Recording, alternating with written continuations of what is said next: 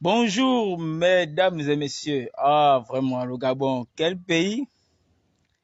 Je voudrais m'adresser au président de la République, chef de l'État, Monsieur Brice Clotaire Oligui-Nguema. Bon, là, je peux pas dire excellence parce que là, c'est pas l'excellence dans le pays. Honnêtement, c'est pas une insulte, hein. Mais mettre excellence avant Brice Clotaire Oligui-Nguema, non, je peux pas dire ça pour le moment parce qu'il n'y a pas l'excellence actuellement. Il y a des mouvements d'humeur à gauche, des grèves dans tous les secteurs, une crise sociale sans précédent, des langues qui étaient fermées s'élèvent maintenant, le kounabélisme diminue au fur et à mesure, les kounabélistes n'arrivent pas à s'assumer, il n'y a plus d'arguments pour pouvoir sauver le soldat. Non, c'est compliqué là. Eux-mêmes, les kounabélistes savent que là, ça ne va pas, mais ils créent même les faux profils pour aller se défendre là-bas, alors que c'est pas là où il faut. Vraiment, c'est compliqué. Monsieur le Président de la République, je tiens à travers cette vidéo encore vous interpeller parce que bien que je ne vous ai pas voté, cela ne veut pas dire que je souhaite le pire pour vous. Non. Juste que ça va arriver. Hein. Le jour que Dieu va décider, juste que ça va arriver là. Je vais quand même venir vous attirer votre attention pour que vous ne puissiez pas dire ou que les gens ne disent pas que Crépin, tu pouvais avertir et puis tu n'as rien dit. Non, hein? Vous êtes témoin. Tous les jours, on va parler. Et tant qu'on a le souffle de vie, là, que Dieu nous donne par grâce, là, pas parce qu'on mérite ou bien parce qu'on est quoi, là. Non, je vais toujours parler. Monsieur le Président, concernant Monsieur Onkira, là, le monsieur qui a fait la vidéo étant dans les locaux ou dans le périmètre de l'hôpital militaire par rapport à son parent accidenté, je ne sais pas où c'est là. Et il a fait comprendre que malgré le fait qu'il y a une promotion qui était en mission dont faisait partie un membre de sa famille, victime d'un accident, pourtant au travail, il y a eu jusqu'à ce moment-là où il était, aucun représentant de la santé militaire, aucun membre du ministère de la Défense qui a quand même pu se déplacer pour aller au moins se marquer la présence afin d'apporter le soutien de ces personnes-là. Ils ne sont pas venus. Et voilà pourquoi il a fait la vidéo. Il a fait le live pour interpeller quand même. C'est pas normal. Ces personnes qui sont allées là, ils sont pas allées de leur propre chef pour aller boire l'alcool et puis l'accident est arrivé. Non, c'est par ordre de mission. Donc en réalité, il devait être accompagné. Ça, c'est d'abord un truc qu'il a dit et c'est vrai. Il devrait avoir au moins un émissaire du ministère de la Défense ou de la santé militaire parce que c'est la promotion de la santé militaire qui était ce jour-là aller travailler. Je pense que c'est à leur retour. Et pire encore, il dénonce le fait que même pour les médicaments, ce sont les parents qui se sont manifestés pour aller payer certains trucs dans les pharmacies. Et ce qu'il a dit là, il n'a pas dit ça, ce n'est pas de la diffamation. Lui-même, il a payé de ses propres frais parce que la famille a manifesté. Ou bien c'est parce que d'autres familles n'ont pas convergé comme lui dans une vidéo commune que vous pensez que lui l'a diffamé. Ensuite, vous l'avez interpellé. Il a été interpellé, monsieur le président de la République. Lorsqu'il est interpellé, on le met au B2. Alors que ce qu'il a dit là, c'est vrai. Et quand on a commencé à chauffer sur la toile, pour pouvoir se discréditer, les hommes de l'ombre qui seraient de la santé militaire ou du ministère de la Défense, c'est pas quoi, auraient, parce que je ne confirme pas, relâché ce dernier.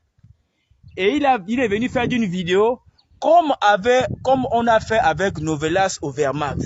Oh, comme quoi, non, je n'ai pas été inquiété, beaucoup de choses, nanani, nanana. Nous, on connaît comment ça fonctionne. La preuve,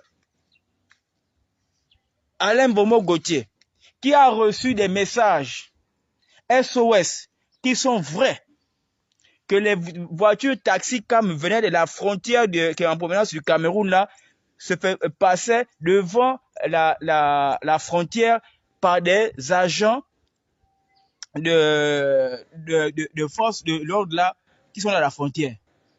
Il a même parlé au conditionnel. Il a même demandé même d'aller vérifier. Vous n'avez même pas daigné d'aller même vérifier. On a commencé à le prendre. On va le mettre à la DGR pour le menacer et vouloir me l'enfermer. Si Alain Gautier n'avait pas son petit frère Crépin pour dire que mon petit, quand tu vas voir qu'à partir de telle heure, frappe comme ça. Si je n'avais pas été là pour taper dessus, Alain Gautier, actuellement où je parle là, il serait en prison. Au niveau où même ils ont fait un audio pour dire non, Crépin, il n'y a rien, machin, je vais sortir, c'était juste pour me poser des questions afin de mener des engagements. J'ai bien dit aux gens que moi, j'ai été une fois interpellé par la DGR. Je connais comment ça fonctionne. Quand vous voyez que Alain Gautier parle comme ça là, c'est parce qu'il utilise son téléphone, mais face à un agent. Pourquoi Alain Gautier n'est pas dehors? Il y a un truc. Attention, attention. Lui, il sera déféré devant le procureur de la République. Vous avez dit que c'était faux, non? Qu'est-ce qui s'est passé après? Il a fallu que je puisse communiquer avec un gars qui est proche, qui a un proche au sein de la sécurité rapprochée du président de la République, que j'ai dit que mon frère, c'est que le dos que tu m'as mis là, que tu as parlé avec l'enquêteur ou l'agent de la DGR là, c'est juste un faux message pour calmer. Mais voilà la vraie situation. Il m'a pas cru. Dès qu'il a appris que Gautier Alain est chez le procureur, il a appelé Edico Presso, il dit que quand tu as vu, il est chez le procureur. Hein? Ah bon, oui. Dès qu'il a frappé, on a libéré Alain Gautier sur place. Et c'est la même chose qu'on a faite avec M. Brice Okira. C'est la même chose. Donc, arrêtez de dire que M. Okira ou quoi que ce soit. La diffamation, se trouve à quel niveau? Et s'il y a diffamation, venez communiquer auprès de l'opinion pour faire comprendre à tel niveau où il y a eu diffamation, et puis on va comparer. Mais rien de tout cela. Après, le monsieur est rentré à la maison. Parce que sa femme a dit ça, Même si vous allez faire des trucs de sommation auprès de sa femme pour pouvoir elle puisse se taire, c'est déjà trop tard. On a déjà la vraie dogue. Vous ne pouvez plus nous fermer nos bouches. Parce que nous ne sommes pas à votre sol, nous ne sommes pas vos kunabélis que vous entretenez, qui vont rester bouche bée afin que vous poussez à faire des choses qui ne sont pas bonnes parce qu'eux, ils ont les miettes. Nous, on ne dépend pas de vous. Voilà pourquoi nous ne sommes pas UDB, nous ne sommes pas société civile, nous ne sommes pas opposition, nous sommes libres.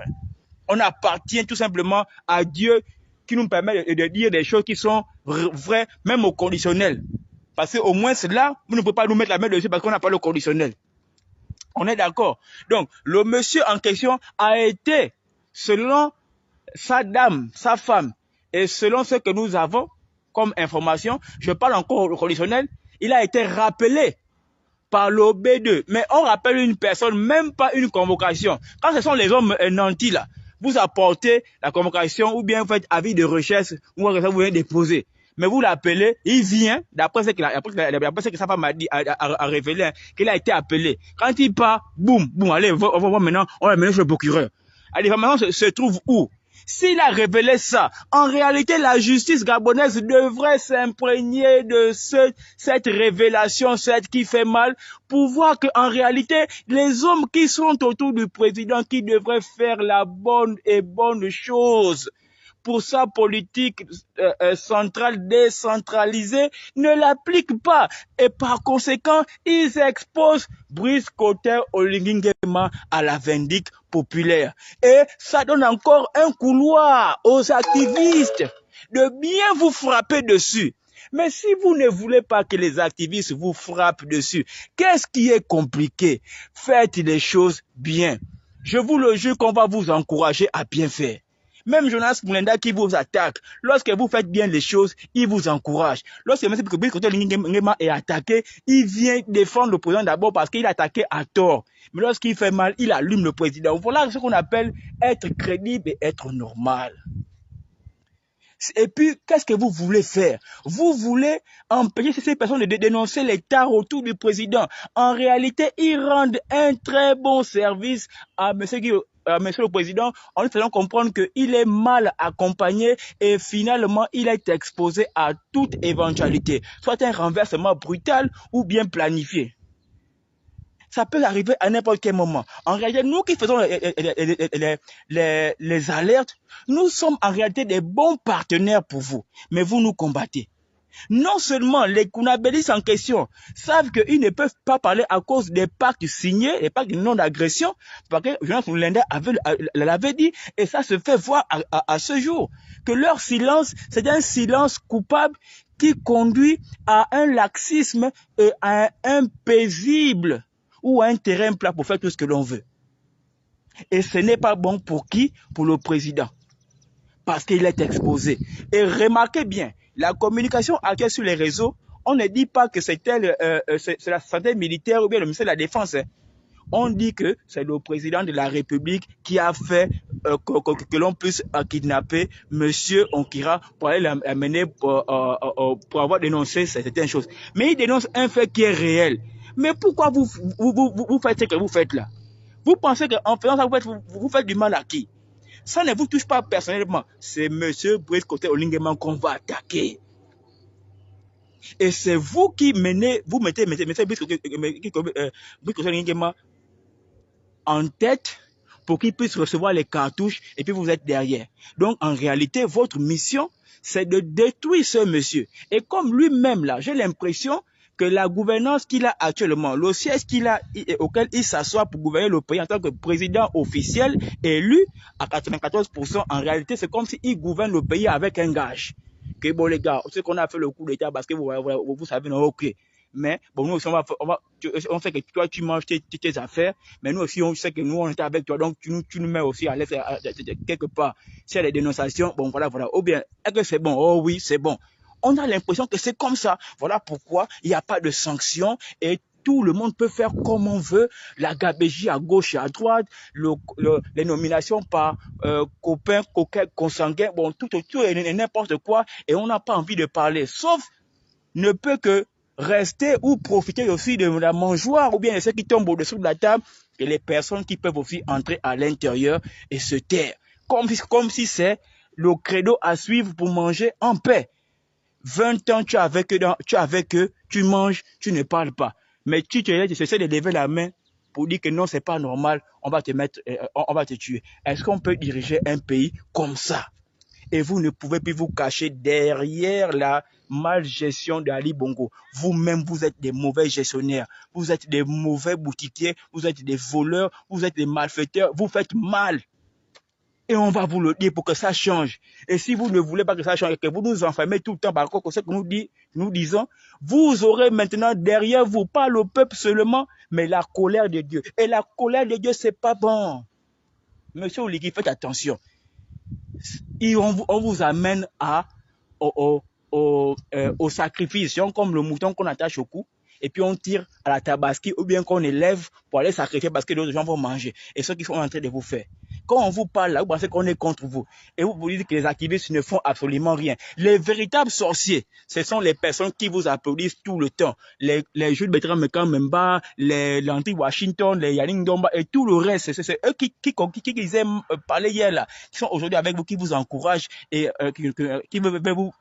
Je suis fatigué. En tout cas, vous êtes assez mature, vous êtes grand, vous avez près de 50 ans et plus, donc vous réfléchissez, vous savez ce que vous faites. S'il n'y a pas de sanctions véritables contre ces personnes-là, c'est que vous-même aussi, vous avez donné quitus. Et c'est ça l'expression que ça donne. Maintenant, si vous estimez que ce que nous disons là est faux, tapez du point sur la table et puis on va voir. Sinon, à part ça, c'est pas la peine.